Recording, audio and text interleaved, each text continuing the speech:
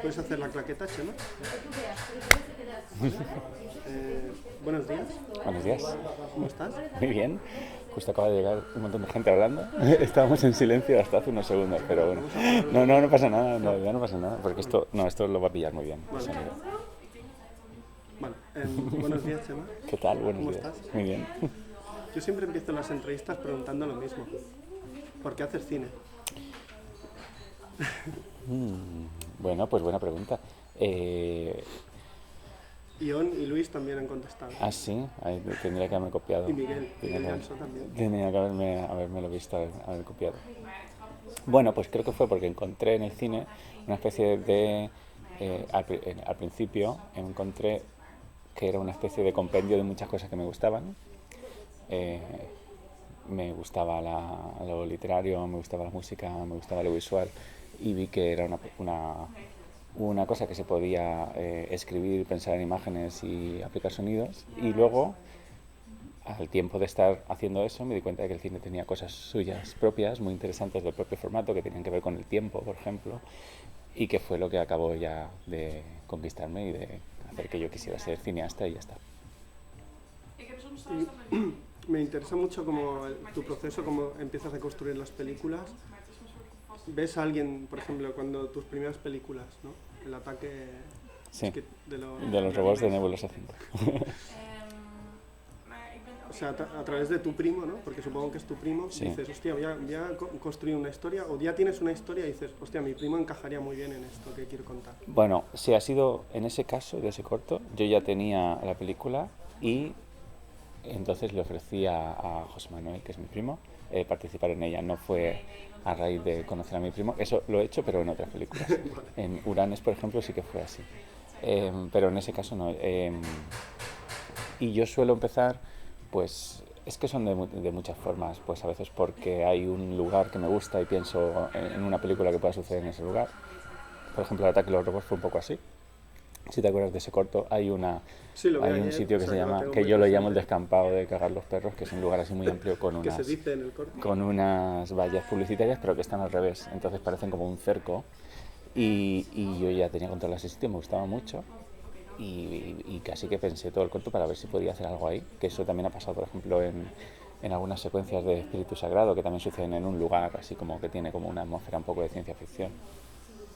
Luego también parto mucho de ideas muy concretas, ¿no? O de cosas que veo, ¿no? Por ejemplo, Espíritu Sagrado, la primera idea fue una vez que estaba yo viendo la tele local, y le hicieron una entrevista a un grupo de gente que se había formado para estudiar fenómenos parapsicológicos. Y estaban hablando de hacer de pasar una noche fuera de las contaminaciones lumínicas, simplemente estando ahí mirando al cielo, ¿no? Como una especie de noche de espera de ovnis.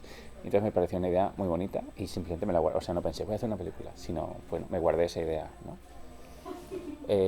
Sí que hay una Yo fijación. trabajo mucho así con eso, con esa especie como de ideas islas que, Sí. que me apunto, me olvido, y al cabo de un tiempo pues resurgen. Cuando estoy trabajando en otra cosa, repaso esa lista y digo, mira, podría combinar esto que estoy escribiendo con esto que hace 10 años tenía aquí escrito y se me ha olvidado. Trabajo así mucho.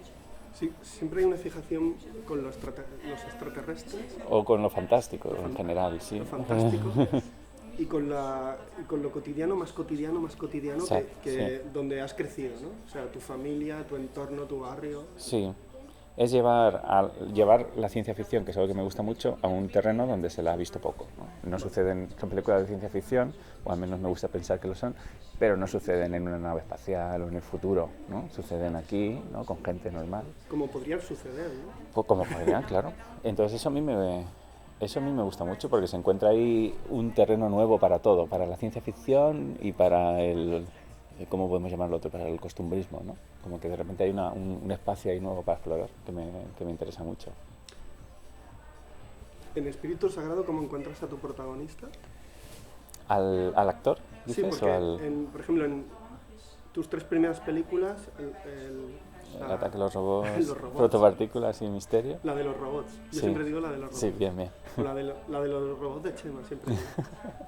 Misterio y Uranes, yo para mí forman parte de una parte Sí. de una mirada de tu cine. Y a partir de la disco resplandeciente, que hay un 16 milímetros, hay un cambio de formato, Sí, es más como dijésemos, no me gusta decir esto, pero es como más ficción. Puede ser, puede ser. Ficción. Puede ser, a pesar de que La disco resplandece, es la película que he hecho donde menos cosas pasan, ¿no? Sí. Porque es como simplemente Sí, unos sí. por ahí están ahí No bebiendo. parece que... No, es como... Parece que vaya a ocurrir algo, Parece pero que al vaya a ocurrir final algo. no ocurre, Sí, ¿no? sí, sí. Que quizá ahí está la gracia también. Claro, claro. Pero a partir de La disco hay otro cambio, ¿no? Sí. Y creo que en Espíritu Sagrado está todo tu cine, ¿no? Todo lo que has buscado o te has perdido en tu cine, ahí está. Pero todo como más... O sea, más estudiado, más trabajado.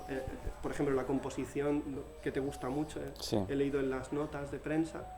Aquí está como más... O sea, esto tiene que ser así porque... O sea, todo está más... El detalle Ujú. está más engrandecido, ¿no? Sí, yo la verdad es que siempre he visto esta película efectivamente como una... Yo también veo esa especie como de dos épocas Sí. en la filmografía que, vamos, que también tienen mucho en común, ¿no? Pero sí, siempre he visto esta peli efectivamente como una mezcla entre lo que yo quise hacer cuando hice Misterio, que es un corto que me gusta mucho, y ciertas ambiciones también que tenía yo cuando hice La disco resplandece, que es un corto que también me gusta. Sí, Que es una Misterio peli y que me gusta Espíritu mucho. Sagrado podrían ser como Sí. el corto y el largo, ¿no? Sí, perfectamente. Perfectamente podrían ser. Porque juegan un como- poco, los personajes tienen muchos Sí, paralelismos, O ¿no? sea, hay un montón de cosas muy similares. Está en el mundo de las fábricas del calzado, en los dos. Suceden ahí en Bueno, es barrios que obreros. Elche está... Claro, es lo que hacemos, zapatos. y, y bueno, sí, bueno, a mí me gusta mucho que sean todas las películas que he hecho que sean como muy reconocibles y como parte de lo mismo. Y no tengo ningún interés ni en ser versátil ni nada. Y estoy muy, muy a gusto explorando estas 4 cosas que me interesan, que son 4 cosas, pero me interesan mucho. Así que pues parece que es un espacio pequeño, pero en realidad creo que tiene muchas posibilidades. Y he leído en los títulos de crédito que el formato es 16 y 35. Sí, todo se rodó en 16 milímetros, Vale. en 16 milímetros menos un plano que necesitaba tener, es como el plano más ciencia ficción de la película y necesitaba tener algo especial, algún tipo de push especial. Y fue una idea del director de fotografía de John de Sosa traer solamente durante un día a Elche una cámara de 35 milímetros para rodar un plano concreto, que es un plano así como muy amplio de un paraje rojizo Vale. con unas pirámides. Sí, sí, no sé, que la gente Bueno, la se ha visto descubra. ese plano, se ha utilizado mucho como para cosas publicitarias y tal, unas pirámides y eso. Bueno, la leyenda dorada Sí, parece como un campo de pruebas para lo que va a ser Espíritu Sagrado. puede ser. Porque puede ahí ser. dirigís John de Sosa y tú. Y no sé, o sea, yo la veo como, o sea, es como... Sí, cuando se hizo Leyenda Dorada ya estábamos preparando Espíritu Sagrado, efectivamente. Sí que quisimos visualmente, como más técnicamente, rodar con un tipo de película distinta. Está hecha en 16 milímetros, pero es un grano más fino, el grano está presente, pero no tanto como en La disco resplandece. Y queríamos probar un poco ese mundo. Y luego, bueno, ahí ya en cuanto a lo que es la película en sí, pues hay como un espacio muy grande que parece así como muy natural y vivido, pero son todo extras que hemos puesto nosotros y hemos colocado, ¿no? Se rodó en una piscina municipal que estaba cerrada y la tuvimos que llenar nosotros con gente, y eso también fue muy interesante. ¿Cómo encuentras a tu protagonista? Bueno, O a tus protagonistas. la película... De hecho, tu primo tiene un cameo. Sí, es un poco para... no diremos de qué, porque también forma parte de esta fauna que hemos Sí, vivido de yo sé que a la gente que sigue mis cortometrajes, eso concretamente, ver a mi primo le hace como mucha gracia. A mí me hacía gracia. Sí, Digo, hostia, no va a salir. y lo puse. Entonces ya no es de Chema. Y sí, lo puse haciendo eso, pues un guiño a mis películas anteriores, que yo sabía que solo unas cuantas personas iban a ver. Y bueno, me alegra mucho cuando alguien lo ve. Bueno, la preproducción se hizo en marzo, abril de 2020, entonces necesariamente se tuvo que hacer todo online. Qué guay, ¿no? Y yo trabajé con una directora de casting que es muy buena, que se llama Sandrine Lapoyade, que es francesa y está especializada en casting salvaje, que es ir por la calle, parar a una persona, hablar un poco con ella y decirle, oye, ¿te gustaría salir en una película? No se podía hacer porque Sandrine no podía andar por la calle y tampoco esa persona que iba a buscar tampoco podía andar por la calle. Entonces hicimos una cosa que fue una novedad para todo el mundo, que era pues eso, en versión online. Entonces nos pusimos en la cabeza de la persona a la que estábamos, la persona ideal a la que estábamos buscando. ¿Quién es? Pues alguien que nunca en su vida se le ha pasado por la cabeza ir a un casting. Entonces decidimos no usar nunca la palabra casting, ¿no? Hicimos una oferta de trabajo, como para trabajar en cualquier otro sitio, en una fábrica, ¿no? Como los que hicieron el agente topo. Ah, sí. Pues una oferta de trabajo, sí, que se movió en donde se mueven las ofertas de trabajo. Sí, no se usó la palabra casting. Oferta de trabajo para participar en una película interpretando a personajes con estos perfiles. Un camarero no sé qué interesado por el mundo del misterio. Una mujer que ha sido madre muy joven. Una señora mayor no sé qué. No es necesaria ningún tipo de experiencia en interpretación y nos pareció importante añadir que cualquier tipo de físico, podías tener cualquier tipo de físico, porque pensamos que había algún tipo de relación mental entre actuar, salir en una película y tener algún tipo de belleza estandarizada, ¿no? Por aquello de qué guapa tu prima, podría ser actriz, ¿no? Entonces, bueno, nos pareció importante. ¿Qué cosa más horrible? Bueno, pues una cosa. Nos pareció importante añadir en esa oferta de trabajo que no era necesario contar con ningún tipo de físico especial ni nada. Absolutamente todas las personas serán bienvenidas. Y se inscribieron más de 3.000 personas y lo que hicimos fue pedir un vídeo a cada persona de 1 minuto donde estuviera hablando de lo que quisiera. Y a las personas que nos gustaban o que nos parecía que podían ser interesantes, les escribíamos y les pedíamos un vídeo de 1 minuto estando en silencio frente a la cámara. Y ahí llegaron los vídeos de Nacho Fernández, el que luego encarnó protagonista, y tenía una voz muy especial, unos gestos, además que se le veía en ese vídeo en silencio, se le veía como algunos tics en el ojo que me gustaban, ¿no? Que yo veía que había una naturalidad que podía quedar muy bien en el personaje de esta película, ¿no? Y luego le conocimos en persona, fue fantástico y aquí ha estado, protagonizando la película. Él trabajaba antes de vigilante nocturno en un parking y después de la película empezó a trabajar en un Leroy Merlin, o sea que muy bien. Es curioso cómo mira, ¿eh? Sí, tiene unos ojos muy especiales, sí. La niña también tiene unos ojos muy especiales. ¿Y la abuela dónde la encuentras? También se apuntó. Me gustó mucho. Ella mandó un vídeo más adelante, ella mandó una foto, me gustó mucho porque era una foto de ella en la barra de un bar así, mirando a la cámara. Y eso me encantó. Tiene también una mirada muy potente. ¿Y después cómo es el proceso con estas personas que nunca han trabajado delante de una cámara? Pues hablamos... ¿Una especie de técnicas? O sí, sobre todo... ¿Cómo te lo montas? Los ensayos es hablar mucho. Bueno, primero yo les digo que si quiero que alguien actúe, llamo a un actor. Entonces no los he llamado para que actúen. Hay una serie de ideas que se tienen que transmitir en una secuencia, ¿no? Esta secuencia, estas ideas las he plasmado con estas palabras, pero lo que importan son las ideas. Entonces, si tú quieres transmitir esto que yo estoy transmitiendo en este guión con estas palabras, con otras que son tuyas, pues lo haces tranquilamente. Entonces hablamos mucho sobre qué es un error. Entonces, si tú tardas un poco en decirlo, no es un error. Si balbuceas, no es un error. Si tienes que decir 2 cosas y dices primero la segunda y después la primera, pues tampoco es un error. Es un error mirar a cámara cuando estás rodando y decir corta. Siempre no puedes parar el cine, digamos, ¿no? Eso solamente lo puedo hacer yo. Entonces, si tienes una cosa en la mano y la tienes que dejar en un sitio y por el camino se te cae, pues te agachas y la recoges, ¿no? Entonces, hablando de eso, bueno, conseguimos que se sientan en ese espacio que es desde la acción hasta el corte, sientan que es un espacio que les pertenece a ellos, que es un espacio seguro, digamos, y donde no hay ningún tipo de presión ni prisa por hacer lo que tienes que hacer ni decir lo que tienes que decir. Tienes que decirlo y hacerlo, pero tú decides el cuándo y el cómo, ¿no? Y ahí, pues, así vamos trabajando. Hacemos mucho lo de leer la secuencia solamente una vez y retirar los papeles y trabajar con lo que uno recuerda. Entonces ahí se generan muchas cosas nuevas que yo le digo, oye, eso que has dicho, que no estaba en el guión, pues a ver si lo mantienes, ¿sabes? O eso que no has dicho, que estaba en el guión, bueno, mira a ver si luego te acuerdas de decirlo, pero si no, no pasa nada, ¿sabes? O sea, muchas veces me doy cuenta yo de que hay cosas que he escrito que ellos se les olvida decirlo y pienso, pues a lo mejor tampoco es tan importante y lo quito directamente, ¿no? Y se añaden cosas nuevas, se cambian el orden de muchas ideas. Y bueno, es eso, el ensayo no es repetir siempre lo mismo, sino intentar generar cosas nuevas, quedarnos con ellas y luego ver si se puede replicar luego en el rodaje. Después de contarme esto, el trabajo de Anna Pfaff, primero dime por qué coges a Anna Pfaff y después dime cómo trabajas, porque aquí se genera muchísimo material. Bueno, no tanto, ¿No? No hago muchas tomas.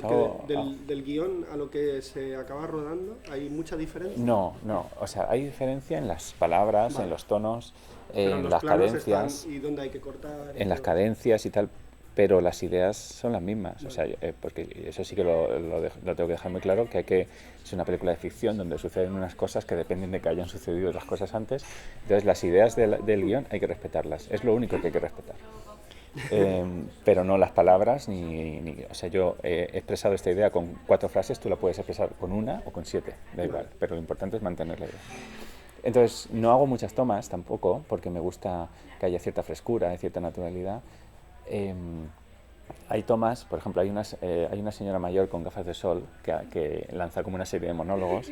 Es muy gracioso porque a lo mejor tengo 4 o 5 tomas de cada secuencia y en las 4 o 5 son totalmente... Un oráculo blue, sí, ¿no? son totalmente son distintas todas las tomas. Ella dice lo mismo todo el rato, pero con palabras distintas todo el rato. Entonces eso es justo lo que yo quería, además. Entonces, bueno, en el montaje... ¿Por qué coges a Anna Pfaff? Bueno, yo la conocía, vale. La conocí en un festival el Festival de Berlín. Me pareció en 2018... Pensaba que ibas a decir, pues la conocí en un pueblo cerca de Elche. No, ella estaba ahí porque había montado un cortometraje que estaba ahí en la misma sección que nosotros.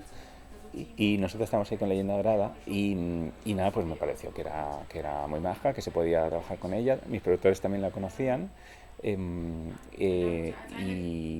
y bueno, yo siempre había montado yo las películas. Leyenda Dorada la había montado junto a John de Sosa, que él también es montador, pero en este caso había que buscar una persona que se ocupara del montaje, porque el montaje iba a empezar prácticamente una semana después del rodaje, ¿no? Para ir ya montando durante el rodaje.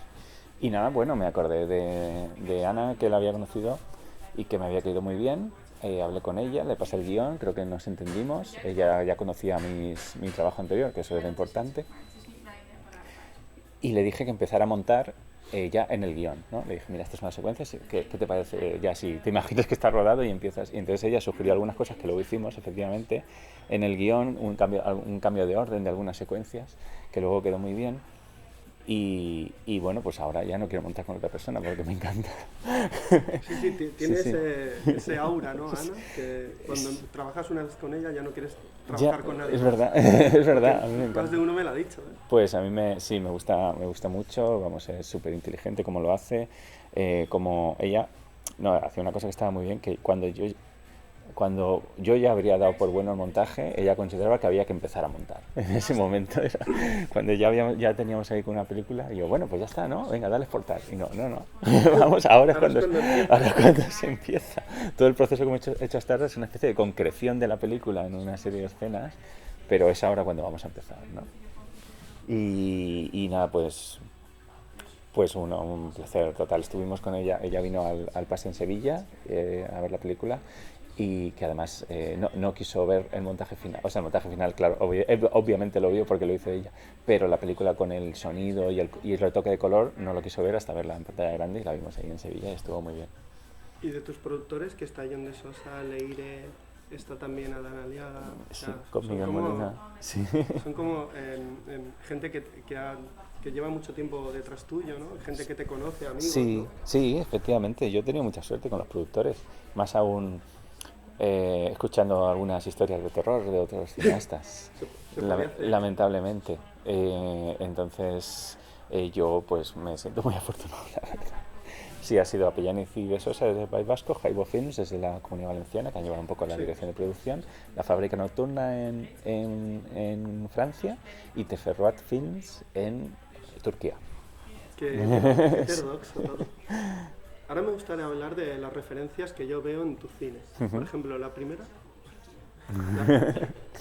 es Breve. Referencias breves, vamos a hacer. Bueno, si quieres no hablo de referencias. No, pero... Vale. Si no quieres no hablo de referencias, porque tampoco son interesantes. Y ahora para terminar, sí, me gustaría que me dijeras qué película cambió tu mirada como espectador cuando eras un chaval. Ah, mira, pues vamos a ver, cuando era un chaval recuerdo un impacto muy fuerte en el año 95, 96, quizás, que la vi. Yo tenía eso, 14, 15 años, de Barton Fink, de los hermanos Coen. Que estuviste como un año. No, bueno, la tenía ahí grabada Esto es y realmente estaba muy obsesionado con ella porque me parecía muy misteriosa.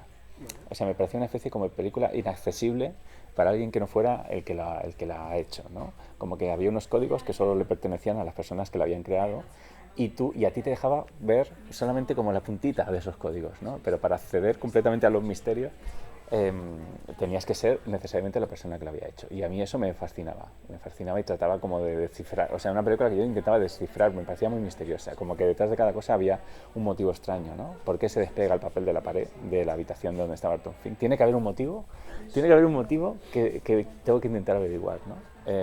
Cuando sale John Goodman diciendo os enseñaré la vida de la mente, esa frase es muy misteriosa, no tiene nada que ver con nada que haya sucedido en la película. Entonces a mí eso me fascinó totalmente, ese misterio de que tenía esa película me dejó completamente hechizado.